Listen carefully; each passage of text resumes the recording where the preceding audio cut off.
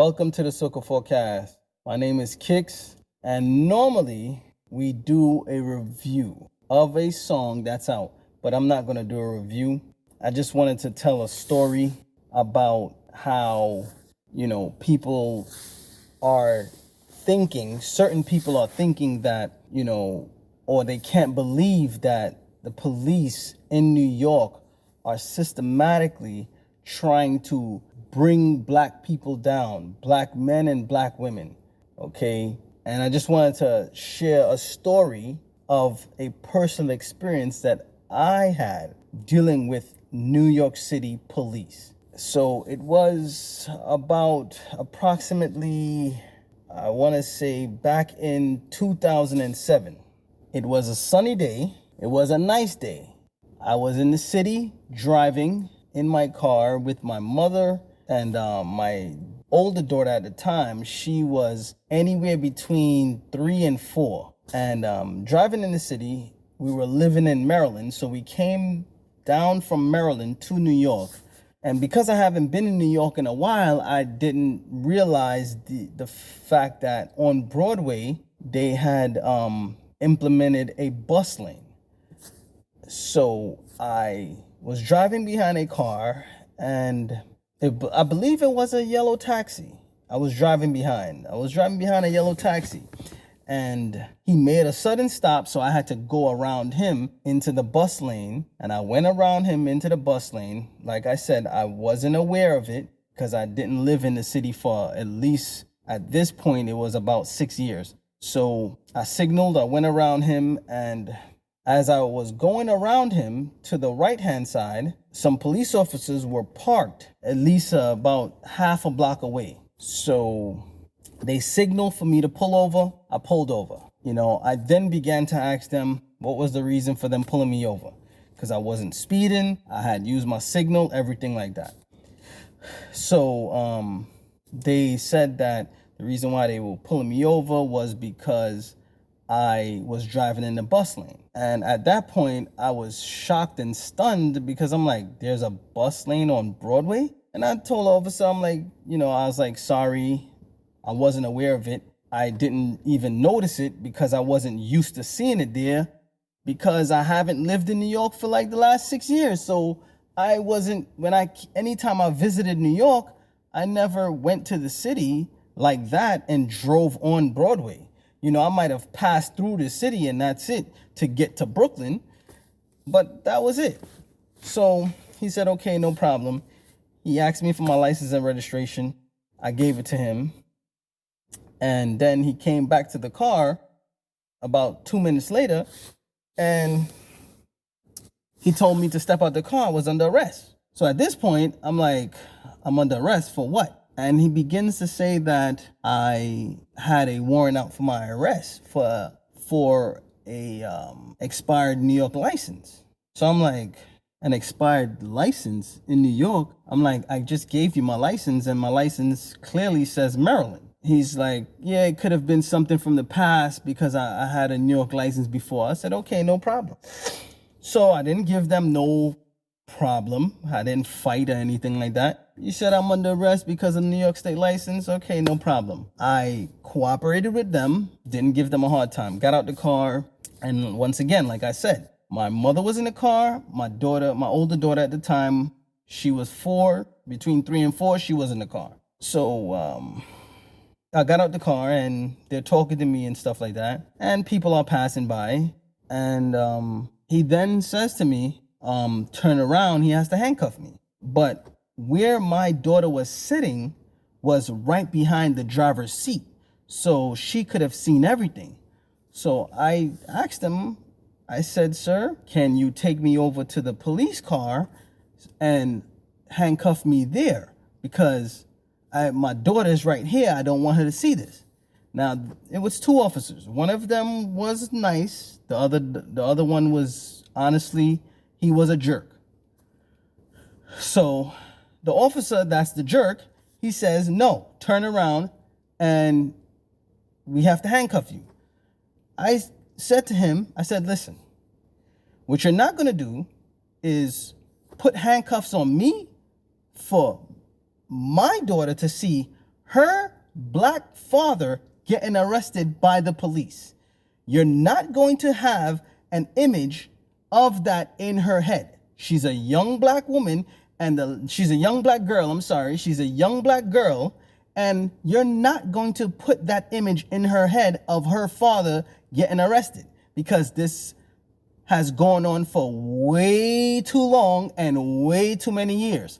All I'm asking you to do is not handcuff me here and handcuff me by your car. I'm not giving you guys any problems, so can you just respect what I ask?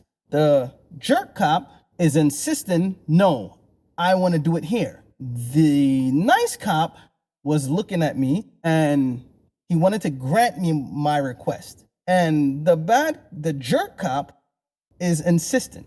So I got louder. And when I got louder, there were people walking by, and the people that were walking by were white. So because of that, he decided to grant me my request. Because like I stated, I wasn't giving him any problems. He took me over to the car. I said, here, you can handcuff me now. He said, is that easy? I said, yes, it's that easy. Because you respected what I asked you to do. All I asked you to not do is handcuff me in front of my daughter. I do not want that image in her head. And you grant me that. You respected what I asked you, and I'm not giving you a problem. And you can handcuff me. He handcuffed me, and they then put me in the car, and they took me over to the precinct. Now, honestly, I was in the city. I cannot remember the precinct, but what I can tell you is that it's a precinct that is off of Canal Street, close to the Manhattan Bridge. Cannot remember the precinct. Now, this is where I'm going to start showing you this is how I'm going to tell you how they're systematically trying to rip black people down, men and women. When we pulled up to the precinct, they didn't stop in front of the precinct or pull to the back of the precinct and take me through that way. Instead, what did they do? Because at the time I had dreads and I was dressed very well. I had on expensive clothes. So automatically they thought that I was a drug dealer. Okay. This is what they thought. They thought that they probably was going to find out that I, sold drugs or something like that, because I was dressed really well. And like I said, I had dreads. I had jewelry on and stuff like that. I was young. So what they did, they stopped and they actually pulled up on Canal Street around the corner from the precinct. Now, I need you guys to pay attention to this. If you have ever been arrested and the police parade you in the street as someone that they arrested, and they, are trying to show the public we're doing our job, we caught someone, you can sue them legally for that, because they're not supposed to do that. That is a law. They're not supposed to walk you and parade you through the streets when they're taking you to the precinct. So everyone, if this has happened to you, if it has happened to you, recently, please take action. Okay? Take action on this. Because I didn't know this at the time, else I would have sued the fucking shit out of them. But I didn't know. And we got into the precinct. They put me in a holding cell. Now, I will take you back to when I was getting arrested initially. My mother was in the car crying, bawling and screaming. My daughter, she didn't know what was going on. And my mother then got on the phone and she called one of my uncles, because we have family that's police officers. We have family that works in the court system and stuff like that. So now fast forward back to I'm at the precinct. We're at the precinct, and my mother gets there with my uncle. My mother is still crying. My uncle, he's worried. but he's worried and he's looking at me and he's asking me if I'm scared and if I'm worried. Now, I'll be honest with you. I'm not trying to sound like a thug because I'm not a thug. I don't believe in that. I'm not with that foolishness. But what I can say is I wasn't scared. You know, I was more mad than scared. I wasn't scared to be in the holding cell. I wasn't scared for them to send me over to the courts and they have me in holding cells in the court with other people. I wasn't afraid of that. I was mad more than anything because I'm like, what the hell is going on? You know, why the hell did this happen to me now? At the time, I was like 27. I'm like, why in the world did I get arrested now at 27 for some foolishness like this? Like I said, I'm not a thug. Don't live no thug life or nothing like that. I don't deal with that kind of stuff. It's foolishness to me. But I'm there, you know, and at this point, the police officers are looking in the system, trying to find me in the system. One of the officers turned to me and says, I cannot find you in the system. And I said to him, you're not going to find me in the system. He's like, why? I'm like, because I've never been locked up. He's going to look at me as a black person and say, why? How come you never been locked up?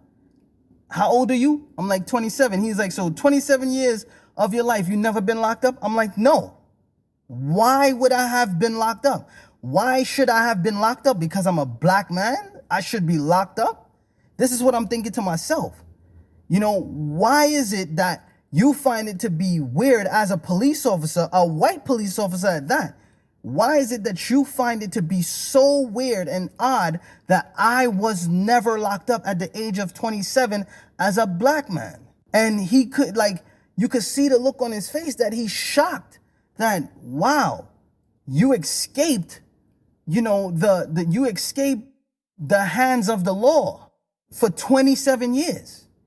This is the look he has on his face, and it was mind-boggling to me. And right here, I'm showing you, they're systematically training these officers to rip black people down, especially young black men. Because when they rip us down, we are unable to get any further in life. We are unable to do anything with our life because we have records for no reason a lot of times. We're being arrested and charged for things for no reason. And, you know, he then fingerprints me, and while he's fingerprinting me, his other colleagues are walking around and he's yelling out, yo, we got one. Yo, we got one. Talking about me because I never been arrested. So he was happy and proud to know that he was able to fingerprint and put another black man in the system. This thing was really mind-blowing for me. And I'm just telling you this story because the injustice that's being done to black people needs to stop. And now I'm not going to sit up here and act like I'm this person that follows politics and all this kind of stuff, because I do not. But I do know right from wrong. And the things that's being done to black people is wrong. It is wrong. The things that are being done. And I need to stop saying black, and we all need to stop saying black, because black is a color. Black represents negativity. And this is why they label us as black, because they look at us as being something negative. We are African people, okay? We are African people. We are African Americans, if you want to say that. My family is Caribbean, so I'm Caribbean. And this, you know, this attack on African American people systematically needs to stop. Thank you for tuning in. Thank you for listening. Please like, share, and subscribe to the channel. Hit the bell for notifications. Kicks, SOCAFORECAST, signing off. Peace.